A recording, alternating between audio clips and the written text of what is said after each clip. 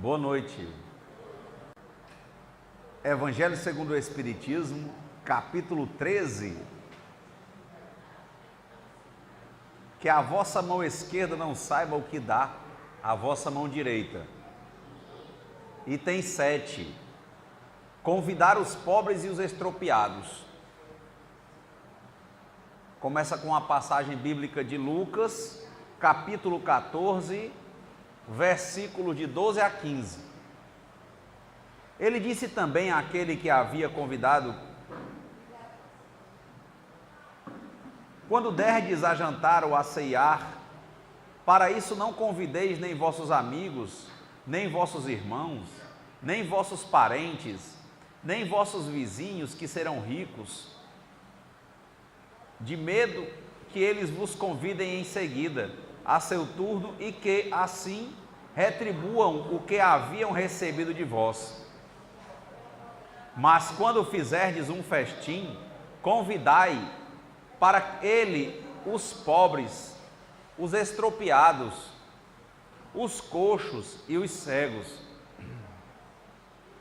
E estareis felizes, porque não terão meios para vô-lo retribuir, porque isso vos será retribuído na ressurreição dos justos.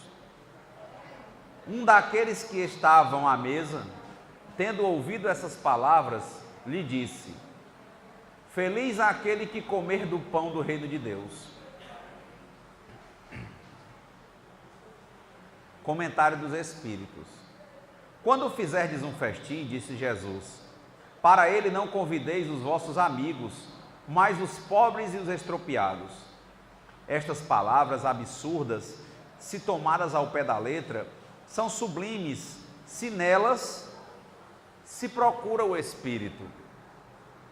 Jesus não podia ter querido dizer que, em lugar dos amigos, é preciso reunir à sua mesa os mendigos da rua.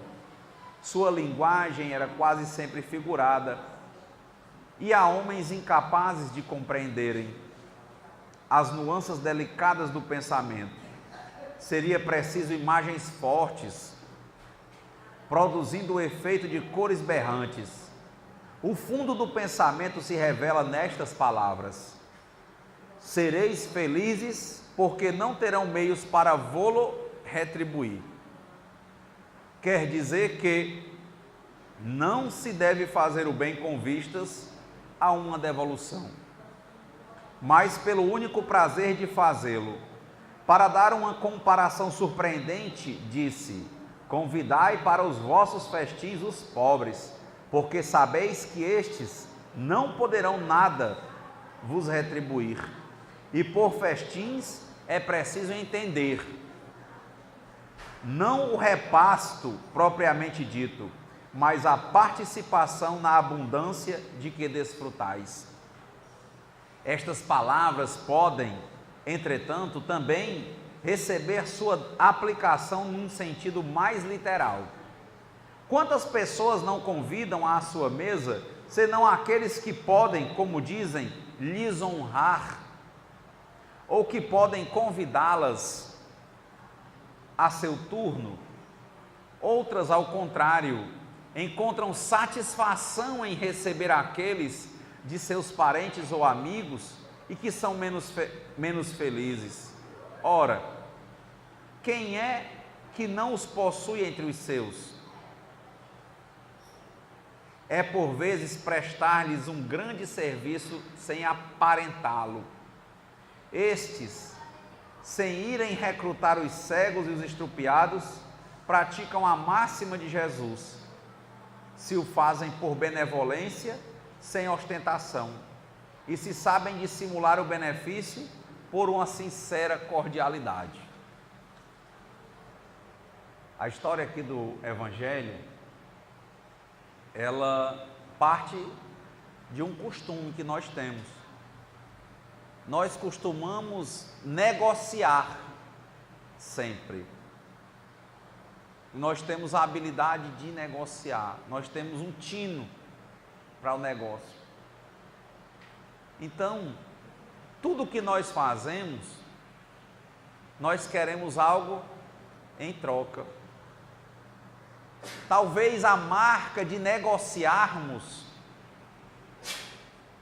seja uma das maiores demarcações, um dos maiores indícios da nossa condição de espíritos inferiores. Porque, conforme o livro dos Espíritos, os espíritos inferiores são aqueles que recebem todas as orientações para o bem, mas tendem sempre para o erro e para a matéria. Quando o Evangelho fala sobre convidar os pobres e os estropiados para a mesa, nós nos lembramos dessa nossa natureza de negociadores, que nós pensamos que é algo bom. Às vezes você está brincando com um menino, com uma criança, e aí chama para bater uma foto, ele não quer, aí você diz logo assim, vá, que ele depois vai lhe dar um presente. Você ensina a negociar. Sorria, que depois eu lhe dou um presente. E nós vamos nos criando assim. Se nós fizermos algo, nós vamos receber algo em troca.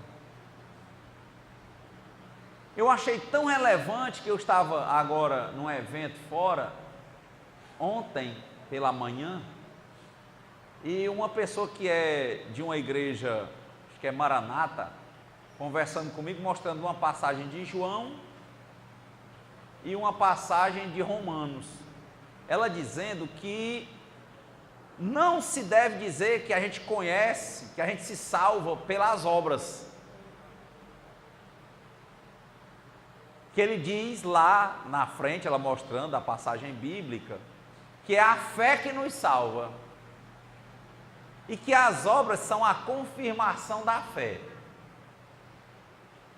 E exatamente discutindo que às vezes o espírita só fala de obra, de obra, de obra, e a obra, para ela lá da lógica, me explicando um pouco sobre a igreja Maranata, não salvaria. O que salva é a fé. E eu fiquei refletindo, quando vem esse evangelho hoje para nós, se nós temos essa natureza eminentemente negocial, nós nos perguntamos quais são as obras que valem. Nós nos perguntamos quais são os convidados que nós começamos a chamar para a nossa mesa. Porque quando eu olho para o efeito, são os convidados, tem uma causa, o interesse. Tem uma natureza de negócio. E tem alguém que nós achamos que está vendo. Se for para fazer o bem, muita gente vai chamar os pobres para a mesa, para negociar com Deus, comprar uma vaga no céu. Se for para questões materiais, a pessoa que você está negociando na mesa, está chamando para a mesa como se não fosse um negócio, para ser algo mais sutil, mas para receber algo em troca. Lá na mesa você vai se portar como alguém, ou que é rico, ou que é inteligente, ou que tem erudição, ou que você tem um domínio de algo para que você conquiste uma posição. E o Evangelho está falando exatamente que nós só fazemos as coisas por algo em troca, e isso é a maior marca da nossa imperfeição. Até em relacionamentos.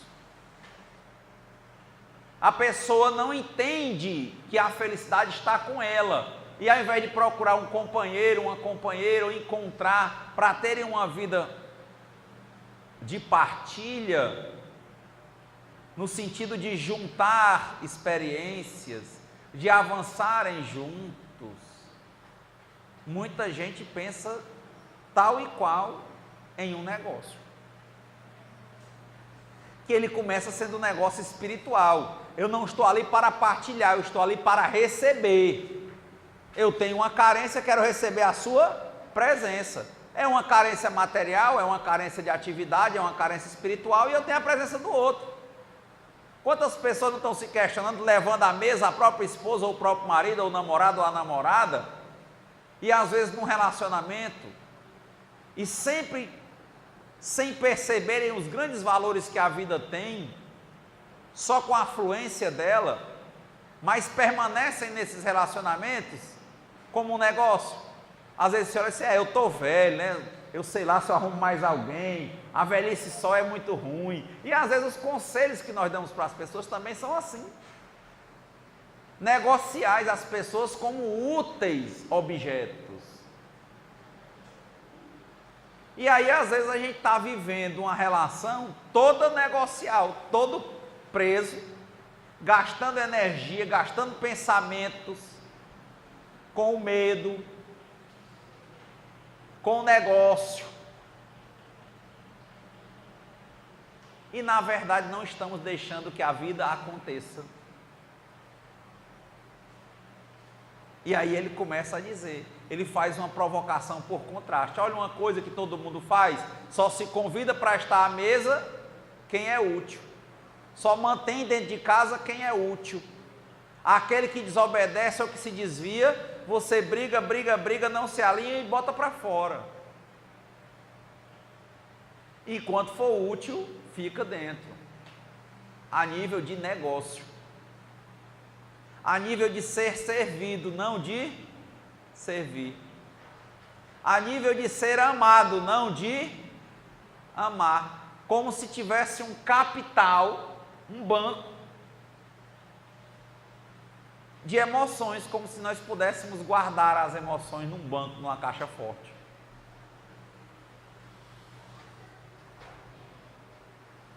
Então, esse nível de negócio vem para as relações materiais, chega nas nossas relações afetivas e segue na nossa relação para com Deus.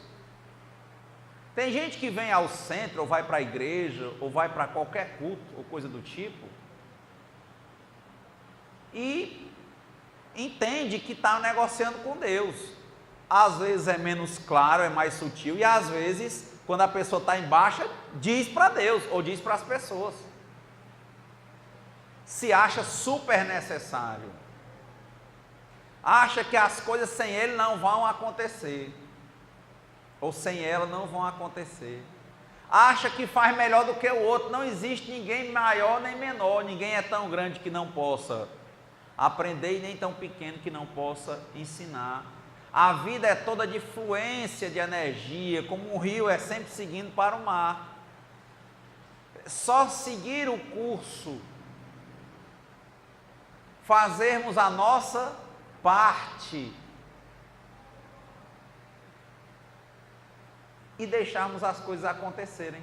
Há um aprendizado mútuo, ninguém se sentindo mais, não querendo gerar inveja nos outros, não querendo haver disputa para com os outros, mas querer que haja um desenvolvimento normal, até porque a lei natural de justiça, ela tende a afastar todos os desviados e as desviadas.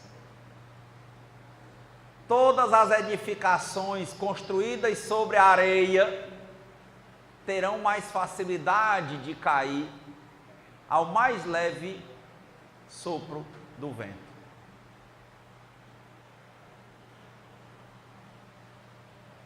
Então, cada um, sem obrigação, faz a sua parte. Vê alguém que precisa de alimento, você tem alimento, lutar contra você, contra nós, para partilharmos do nosso alimento. Partilharmos das nossas riquezas. Partilharmos do nosso trabalho. Com naturalidade, como aquela história que a gente contou naquele dia do sábio que carregou o porco. Com naturalidade. Sem negociarmos. E é impressionante como quando nós conseguimos nos afastar desse tom negocial, que nos é tão próprio enquanto espíritos imperfeitos, a vida fica leve. A gente encontra o sentido da vida.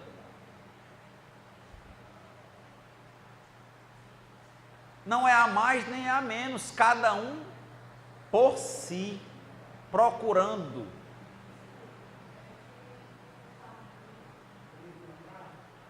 fazendo a sua parte.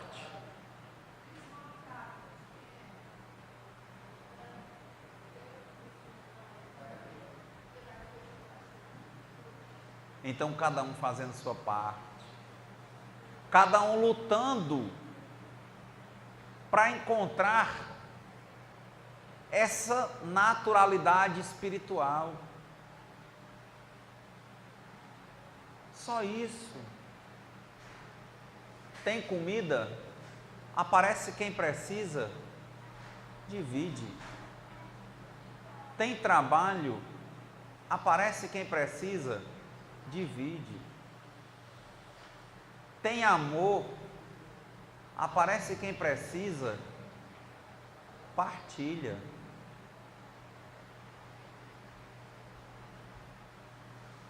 Tem um dom?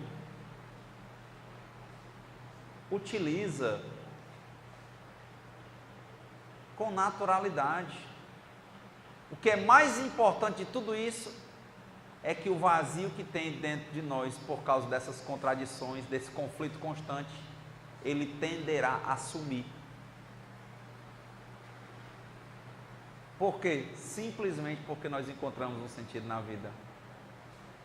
Como é que pode, no mundo capitalista, você falar que a gente não negocie?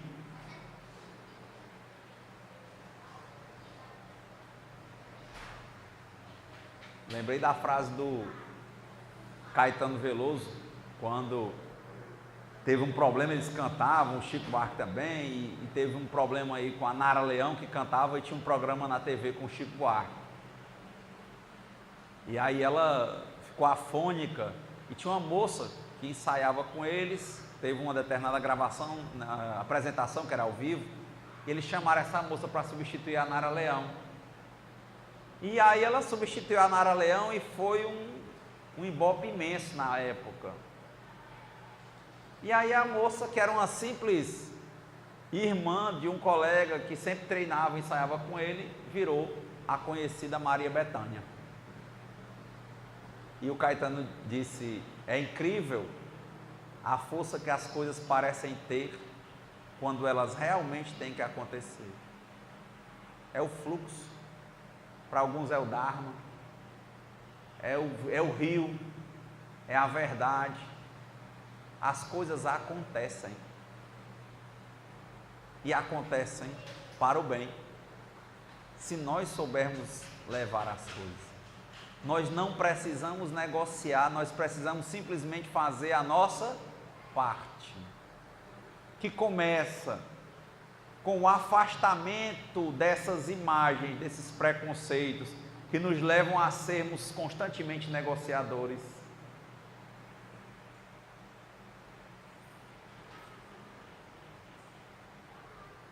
Que fazem desenvolver em nós uma codependência. Colocarmos Deus, ou poder superior, ou a verdade, em outros imperfeitos como nós. Tirarmos Deus da posição dele.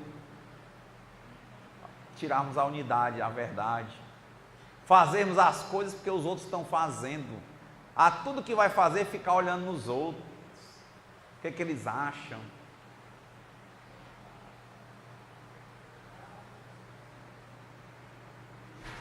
Querer que a pessoa goste, não existe isso.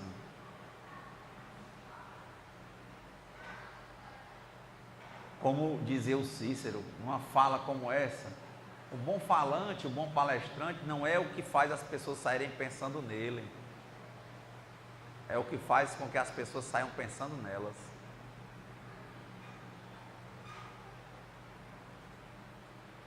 Pode parar e pensar como esse evangelho faz uma provocação para nós, com relação ao nosso caráter negocial. Por isso que hoje, quando eu estava comentando com o Marcos, o Livro dos Espíritos, falei de um problema pessoal, físico, e uma das nossas colegas aqui falou assim: você não acha que isso foi um merecimento? E eu disse: acho que não. Por quê? Porque eu acho que nós temos uma necessidade de trabalharmos contra nossas personalidades, de que a lei, fazermos com que a verdade seja maior do que as nossas próprias personalidades, nosso próprio ego. E às vezes, se eu quero entender as coisas como merecimento, quem dá o merecimento é Deus. Nós podemos até nos envaidecer com isso. O sinal do caminho certo não é Deus nos dar um presente, eu acho. O sinal do caminho certo é simplesmente aparecer mais trabalho para fazer. É o que o André Luiz diz no final do livro Nosso Lar. Quando o trabalhador está pronto, o trabalho aparece. Quem acha que já está pronto e acabado e não aparecer trabalho, pode esperar, vai desencarnar. Ou vai entrar em coma. A prova é essa. Não existe conforto no sentido de ficar sem fazer nada. Existe aprender a fluir e ser bonito como o rio que passa, vivendo no seu tempo, com o seu barulho e se aperfeiçoando e sendo útil e dando água para quem precisar por onde você passar. Ser como uma árvore, dando sombra para quem precisar, às vezes alimento, às vezes água, simplesmente por ser árvore. Mas quantas vezes, até num pão que a gente está comendo, chega uma pessoa, a gente está com fome, chega pedindo e a gente tem pena de dar? E quantas outras vezes a gente dá e já é como se a gente pegasse e apertasse lá no céu e dissesse assim, ó, um ponto. A pessoa, você recebeu o salário, aí uma pessoa com muita necessidade, passa, você se convence da história, entrega o salário todinho, aí diz 750 pontos. Marquei, ponto. Furou o cartão, né? Bingo. E quanto a gente tiver isso, meu povo, a gente tem imagens, a gente tem uma vida pesada e a gente está negociando com Deus. A gente está deixando de ser árvore, a gente está deixando de ser rio. Consequentemente, a gente está deixando de viver a coisa mais maravilhosa, que é o amor. Porque quem ama, liberta. Porque quem ama, ama. Não precisa de complemento. E nós somos todo amor, em natureza. Mas nós começamos a abafar o amor que tem dentro de nós, quando nós trabalhamos tudo a nível de negócio, de troca, de retorno, de reciprocidade. Quem ama, ama e flui e simplesmente faz, e o outro simplesmente se sente bem. Ai, mas aquele outro que eu amava, não perceba, faça a sua parte, seja árvore. O dia que ele precisar da sua sombra, ela está lá. Não te faz falta, não é mais, não é menos, ela é você. Sombra. Ah, ele não gostou, quer ir embora. Vai. Eu estou aqui, árvore, rio, sol, me irradiando. Sem troca. Sem negócio. Ah, mas aquele que eu queria, presta atenção, queria negócio, problema, vai aumentar a tensão. Quer prender, quem ama, liberta. Seja árvore. sejamos rio, sejamos sol, sejamos mar, sejamos céu. Ajeitemos o nosso jardim, como diz o Mário Quintana, que as flores surgirão, as borboletas virão. A vida se desenvolverá, não precisa de negócio. Os taoístas, eu tive a oportunidade nessa semana próxima passada de terminar o Tao Te Ching, um livro escrito mais ou menos 600 anos antes de Cristo, de Lao Tse, né, ou Lao Tzu. E ele tem aquela questão daquele símbolo, né, que é o yin e o yang, o negro e o branco passando um dentro do outro, que a vida é esse jogo de opostos. Gire, que dá uma cor só. Viva.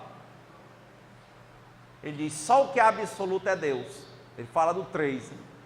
Na hora que a matéria se estabelece, você tem o lado negro e o lado branco.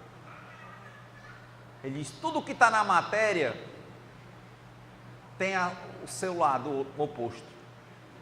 Ele diz, a luz que vem gera sombra. E é luz. E o mal, por pior que seja, pode procurar a sombra dele, que ele tem o oposto acontecendo. Ele tem o bem. Mas nós temos que confiar.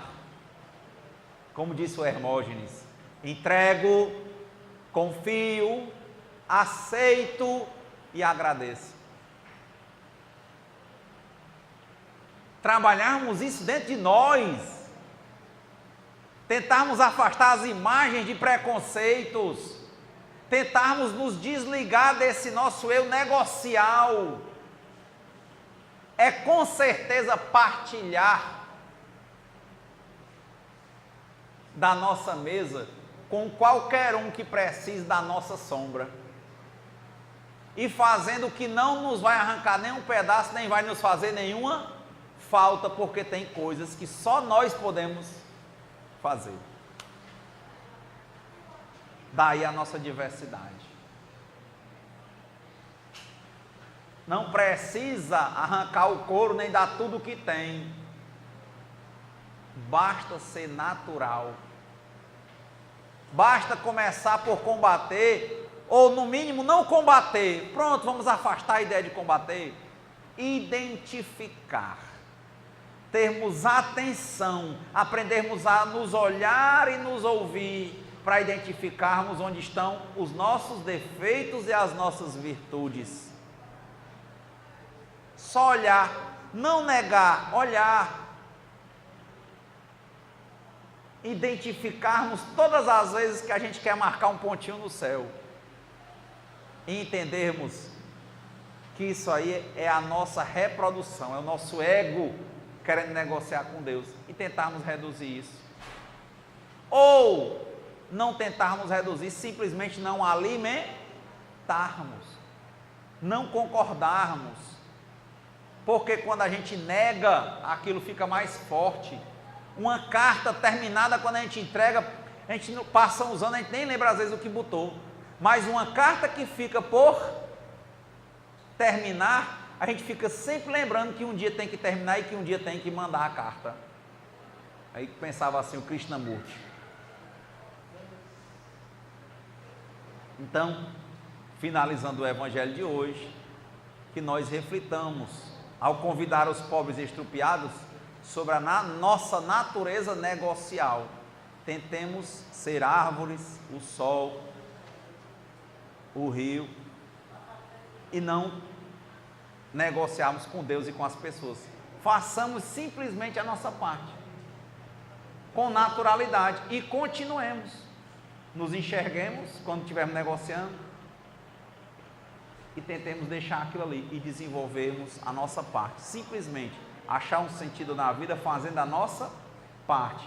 Os que nós pudermos ajudar nos serão apresentados pelo dia a dia. E nós poderemos ajudar sem que nos seja pesado, porque Deus só dá a cada um o fardo que ele pode carregar. Muita paz. Senhor, Fazei-me um instrumento de vossa paz.